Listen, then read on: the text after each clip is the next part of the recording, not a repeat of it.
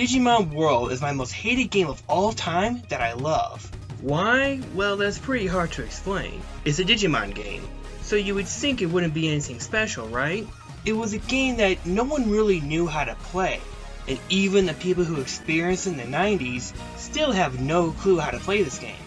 Don't worry, I'm here to help.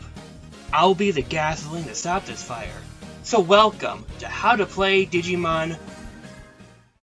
Wait a minute, this looks really silly. How to Play Digimon World, Digimon World. That's very redundant. Oh, technically it's How to Play Digimon World, Digimon World, Digimon... Let me delete this. God damn it. So welcome to play... Oh, forget it. Let's get this out of the way. Am I really that incompetent in the game? Yes. No, I am not. I did it for a purpose, but mostly because I thought it was funny. In fact, there were some parts of the save file where I evolved to Drymagemon. The one with the drill. Speaking of which, what were you supposed to do if the Digimon got sick? Well, technically you're supposed to talk to the Tokomon, and they'll give you items to prevent this from happening. But it appears that once you get Palmon or Kunemon, he doesn't, which can be very frustrating. So, thanks game. But now seems to be a good time to talk about evolutions.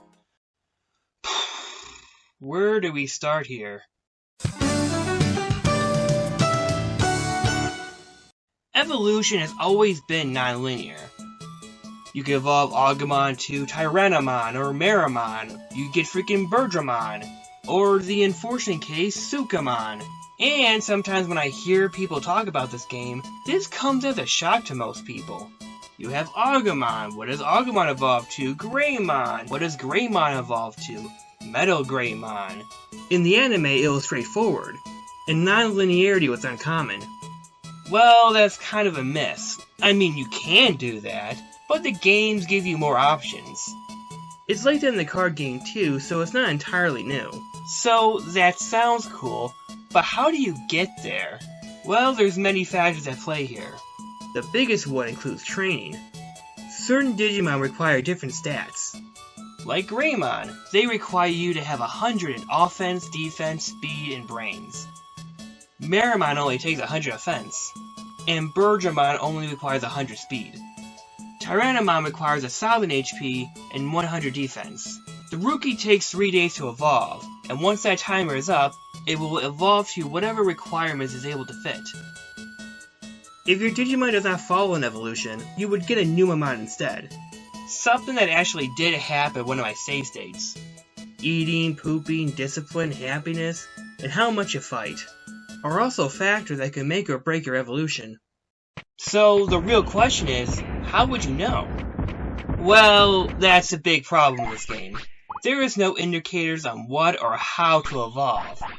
And usually most people just say screw it and quit.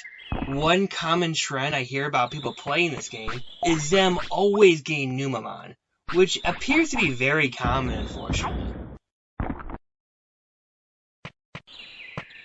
And hold on, are you seriously still hungry?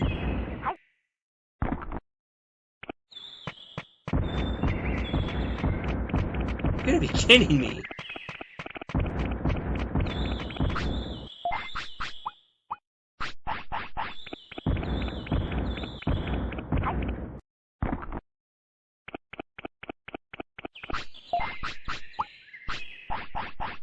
There goes most of the food, freaking pig.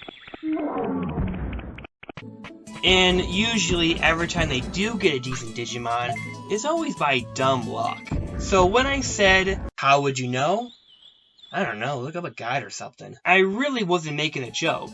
Thanks to the internet, there's numerous different guides, some based on many specific aspects, and it's borderline impossible not to use any of them. Now, there is the official strategy guide too, although I heard there are many flaws in it. The one I recommend the most is Grindosaur, which is a pretty small site. In my opinion, it does the best job at organizing all the information together. The manual for the US tried to give some biological explanations to why the Digimon evolve the way they do, which is pretty cute but very unhelpful. And it's hard to find explanations for other Digimon requirements, which doesn't really translate well when you're playing the game. So, yeah, it's a little unhelpful. So, anyways, I think we played with this Digimon for long enough. We gotta get back to the original timeline here. The drill one's okay to a point, but that's not the Digimon I really wanted to have. I didn't try to poison my Digimon for nothing.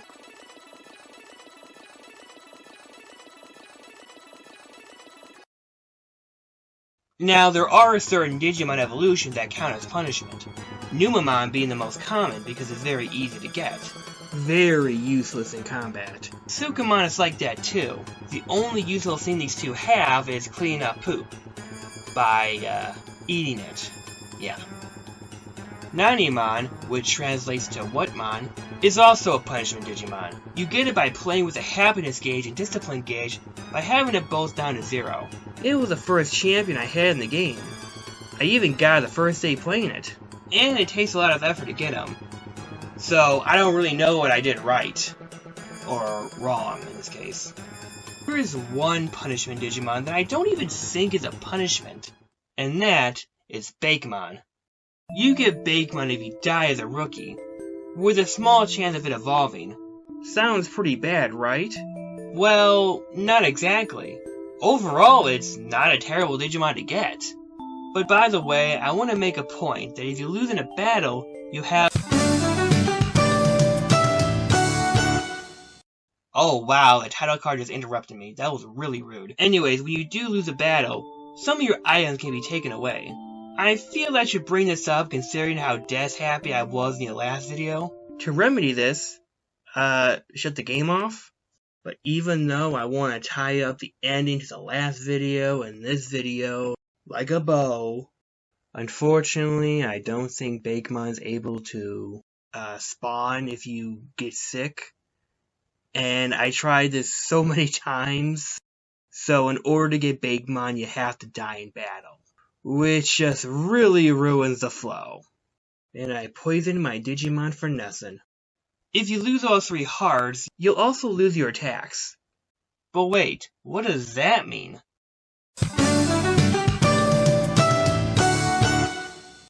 So another big reason why this game is so hard, every Digimon you have starts off with a low, not so powerful attack. Sure, they aren't bad, but they're not really that good in the long run. So in order to get new ones, you have to be exposed to a certain attack so your Digimon can learn it. Unlike the anime where they just have 1 or 2 attacks, Digimon World has multiple attacks, each of them with different typings. In Digimon World, say there's a fire type. Only fire-type Digimon can use fire-type moves, and can learn by being exposed to fire-type attacks. Gabumon was a fire and combat type, which means they could only learn fire and combat type moves. There are 7 types in Digimon. Fire, of course. You can learn fire attacks from the Gaburimon. Water, which includes ice as well. You can learn some of those attacks by the Red Penguinmon. But there are other Digimon like the Palmons and the Betamon recolors, which has that one teardrop attack. Battle is basic, non-elemental combat moves.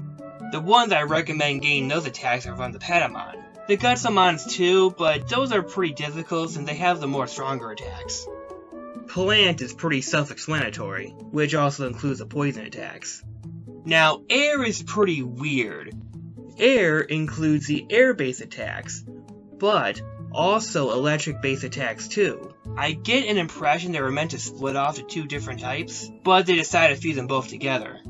The Betamon and Patamon recolors are the easiest to get attacks from. The last 2 types includes Crap and Mecha, but we're gonna ignore those for now.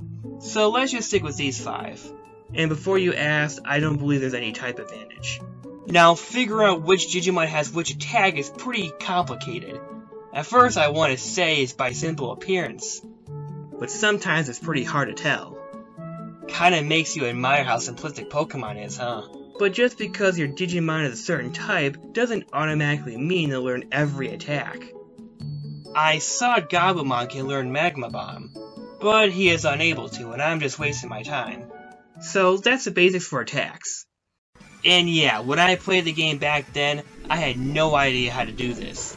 And I don't even think the game even tells you one bit. And I get an impression I'm not alone on this. So during my talk, I managed to get Static Cloud and Wind Cutter with no issue at all. Both of these are decent attacks, but Wind Cutter is more powerful. It took me a few tries to get, and I think Wind Cutter took me like 6 tries. There were some people who thought that brains were an indicator into learning the attacks, but that's not really true.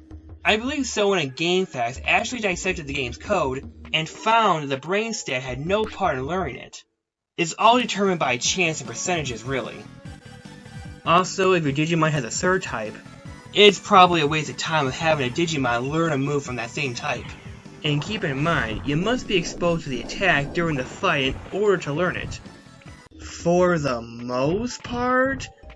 Look, this game is really full of bullcrap. So maybe some people experience getting the attacks without it showing up, but that's probably very rare, and do it anyways as a rule of thumb. I didn't talk too much about the tropical jungle. Mostly, like the native forest, there's really not much to talk about. But unlike the native forest area where scenes are locked, and oh, it's these Digimon, just avoid them, just avoid them. Why do they have to give them realistic sound effects? Can I go through here? Ah! Hey, there's more to explore. Like the Grey Lord Mansion in the Overdale Cemetery, which specifically only allows virus-type Digimon. Oh yeah, by the way, there's like 3 different types, virus, vaccine, and data. Going to be honest, none of it really matters unless if it's something like this, where only certain Digimon can come in. And that's like, what, 2 areas, so it doesn't matter. But yeah, since I have a virus Digimon, I'm allowed in the mansion. Before you go, you should talk to this Bakemon. Just select yes, yes, and no, and he'll join the city. Honestly, the best part of this game is exploring the different locations. The background and the world of this game is so fantastic, and it's probably my biggest motive for playing this game properly.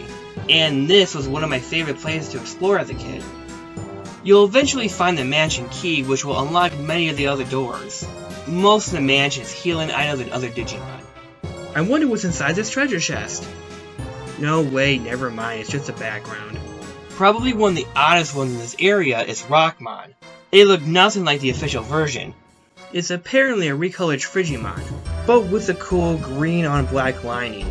I just saw the designs look kinda cool despite being very simplistic. And what's even more cool is when you go down the coffin, and the Digimon you meet is Myotismon, who is dying of starvation and actually isn't a bad guy, which is very ironic because Myotismon was such a big villain in the anime. Sure, the show was okay for the most part, but scenes got really good during his arc of the show. He was so popular they brought him back as the main villain in the 2nd season, where he comes back as a ghost to possess a human villain or something. I don't know, that part was kinda weird. He gives you the key to open a fridge, but it's useless because someone dropped the meat outside the mansion. Well, that was a pretty pointless turn of events. You give him the steak and he lets you eat dinner. Yeah, isn't that odd? I'm gonna be honest, when I played this game I was kinda shocked at this too. I thought I was gonna die and have a game over screen or something. But no, turns out he's actually a nice guy. I guess it just shows you how different Digimon can be depending on the literation. In the Digimon movie, Inframon was a very special virus Digimon that screwed up the internet. But in Tamers, he's a common Digimon that's killed very easily by Blazemon. Also in Tamers, Gallimon is a fusion of the hero and his Digimon in order to save a huge threat in both worlds. But in Frontier, he's just a civilian who owns a small shop.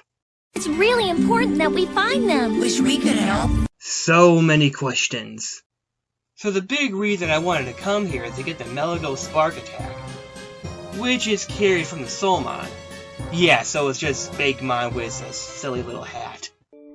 Which can be pretty dangerous because I just evolved 2 days ago, and I'm going up potentially against 2 or 3 of these guys. Now thankfully I stocked up a bunch of healing items before leaving. And keep in mind, they're going to be using Meligo Spark against me, which can totally eat away at my health. God, this is dangerously stupid. Well, that's the hardest battle so far in the game.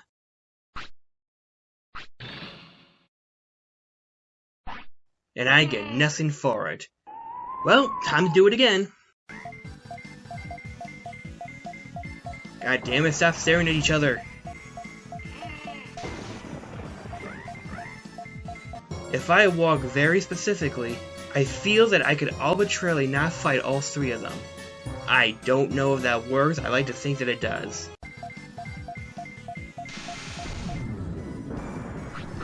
Okay, that didn't look like Meligal Spark.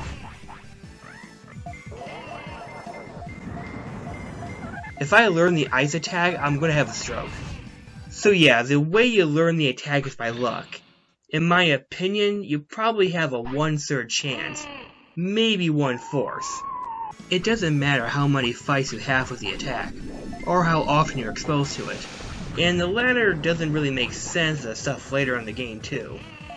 For instance, I fought 4 battles and I got nothing, and I save stated back in time to my first try, and managed to learn the attack.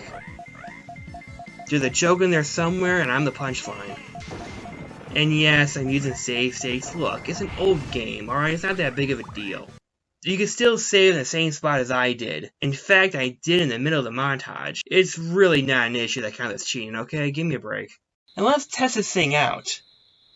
We make our way to the drill tunnel, near the native forest, where we'll fight one of the earlier bosses in the game. Here, you could fight the, drill Digimon, but he really isn't that hard.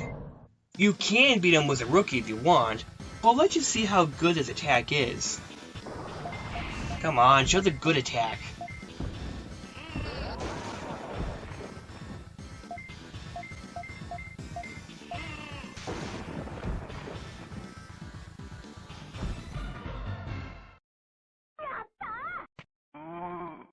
Wow, crap, that was like 2 hits. Huh.